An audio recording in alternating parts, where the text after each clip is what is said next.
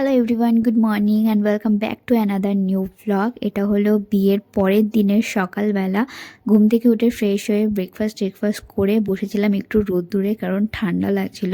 তো এখানে আমি বসেছিলাম আর পাশে ছিল আমার শাশুড়ি মা, মানে দুজনেই একটু রোদ্দুরে বসেছিলাম আমরা। বিয়ের পরের দিন বরকনেকে স্নানের আগে একটা রিচুয়াল হয়, আর সেই রিচুয়ালটাই কিন্তু হলো এটা।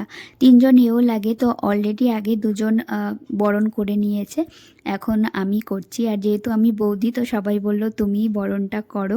প্রথম একটু লজ্জাই পাচ্ছিলাম, কারণ আগে কোনোদিনও এরকম বরণ কাউকে করিনি, তো লজ্জা পাচ্ছিলাম। তো সবাই জোর করাতে আমি আসলাম।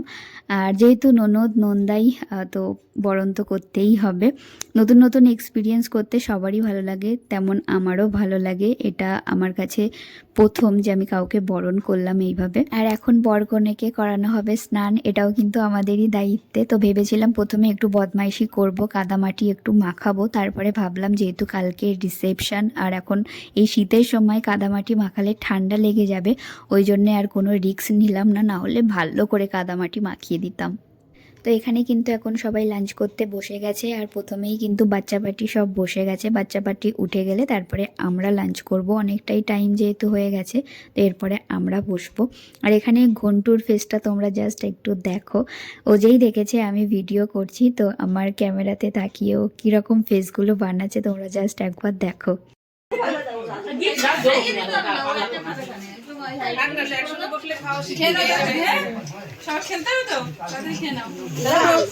লাঞ্চ কমপ্লিট করার পর তারপরে আমরা সবাই মিলে চলে এসেছিলাম কনেকে রেডি করার জন্যে। তো এখানে দেখো সবাই কিছু না কিছু কিন্তু করছে কনেকে রেডি করানোর জন্য। কেউ চুল বেঁধে দিচ্ছে, কেউ সিঁদুর পরিয়ে দিচ্ছে, তো কেউ কিছু না কিছু কিন্তু করছেই। আর এখন ওই বাজে 3টে কি 3:30 মতো, কারণ ও সন্ধ্যের পরপরই বেরিয়ে যাবে, ওই জন্যে কিন্তু সবাই মিলে হাত লাগাচ্ছে ওকে রেডি করার জন্য। আর এদিকে আমাদের অবস্থাটা দেখো, বিয়ের তত্ত্বে ছেলের বাড়ি থেকে এসেছিল এই জাস্ট জেলির এই তত্ত্বটা, তো এখানেই আমরা এখন হামলা করতে শুরু করে দিয়েছি। এখান থেকে একটা জাস্ট জেলি নিয়ে নিয়েছি। ভালো লাগছে, ওরকমই ভালো লাগবে। এবং এই যে ওইটা রেখে দিলাম বোন, এই বডি লোশনটা। এ বোথ সাইড টেপটা কোথায় রে? ও দিদি বোথ সাইড টেপটা দাও তো। ওই তো বড় এই তুই নড়িস না, তোকে কেউ কিছু বলে। এই সায়ুমকে একটা টিপ চলো উপরে চলো। এটা হাতে খুলে দাও। ওই যে মিনি রাখছিল তোমার। এই কাঁচিটা কোথায় গেল? কিছু বলবে। কি বলবে বলো? জামাইকে রাখতে কিছু বলবে। বলো না, আপনি কি বলবেন? বোন এই যে বটুয়া দাও। আসো। আর এখন মামি ওদেরকে আশীর্বাদ করবে ওদের যাওয়ার আগে। আর এই যে টাইমটা কতটা কষ্টের সেটা শুধুমাত্র একটা মেয়েই জানে, যেখানে তার ছোটোর থেকে বড় হয়ে ওঠা সেই প্রিয়জনদের ছেড়ে আজকে তাকে অন্য বাড়িতে যেতে হবে। এই যে কষ্টটা, এটা শুধুমাত্র একটা মেয়েই বোঝে, আর সেই কষ্টটা হয়তো সে প্রকাশও করতে পারে না। আর আমার ননদকে এই টাইমে এতটা স্ট্রং থাকতে দেখে আমরা সত্যিই অবাকই ছিলাম, কারণ আমরা জানি ও স্ট্রং থাকবে শুধুমাত্র মামির জন্যে। কারণ ও যদি ভেঙে পড়ে এখানে মামিকেও সামলানো যাবে না, কারণ মামিরও শরীরটা ভালো না। ও যদি কান্না করে তখন মামিও প্রচণ্ড কান্নাকাটি করবে, আর মামিকে সামলানো যাবে না। ওই জন্যেই ও খুবই স্ট্রং ছিল, মানে ওকে এতটা স্ট্রং থাকতে দেখে আমরা সত্যিই অবাক হচ্ছিলাম যে একটা মেয়ে তার সব থেকে কঠিন সময়েও এতটা স্ট্রং কী করে আছে।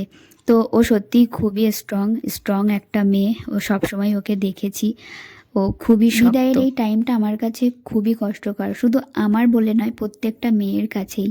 আর আমি যখনই এরকম বিদায়ের টাইমে কাউকে দেখি বা কোনো ভিডিও কোনো কিছুই দেখি, আমি তখনই কিন্তু কেঁদে ফেলি। আমি এই ভিডিওগুলো দেখলে বা এরকম কাউকে যেতে দেখলে আমি আমার নিজের টাইমের কথাটা মনে করি, যে আমি কিভাবে এসেছিলাম আমার পরিবার পরিজনকে ছেড়ে।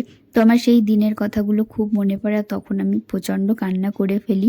আর এই টাইমটাতেও আমার সেমই হচ্ছিল, যখন আমার ননদকে এরকম যেতে দেখছিলাম, তো আমিও মানে আমার সময়টার কথা খুব মনে করছিলাম।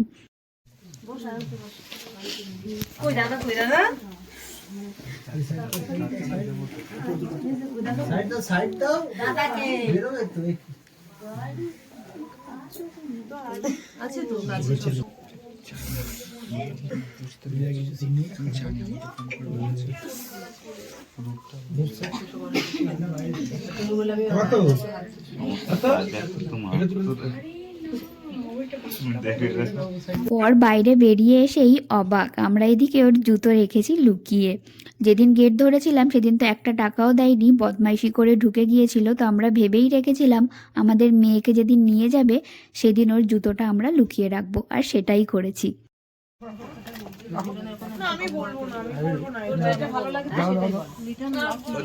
তোর যেটা ভালো লাগে চালটা হাতে নে, বলতে হবে না, এসব কিচ্ছু বলতে হবে না। হ্যাঁ শুধু চালটা হাতে চালটা ফেলে দে। বলতে হবে না, এমনি ফেলে দাও, এমনি ফেলে দাও, এমনি ফেলে দাও, এমনি ফেলে দাও, কিচ্ছু বলতে হবে না। আরেকবার তোমাদের মেয়ে কোথাও যাচ্ছে না, ঠিক আছে? তোমাদের মেয়ে কিন্তু তোমাদেরই।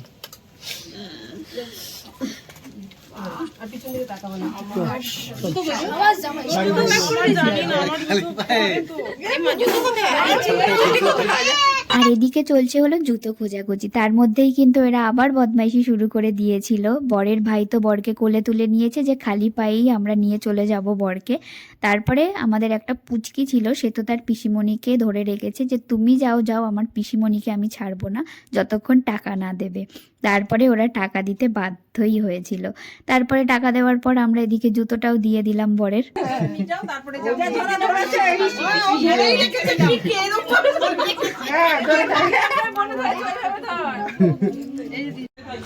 আর বলে দিলাম আমাদের বাড়ি সব সময় খোলা আছে, যখন খুশি চলে আসবে, কোনো প্রবলেম নেই।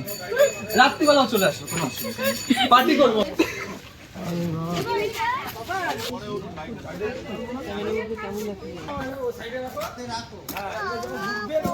হ্যাঁ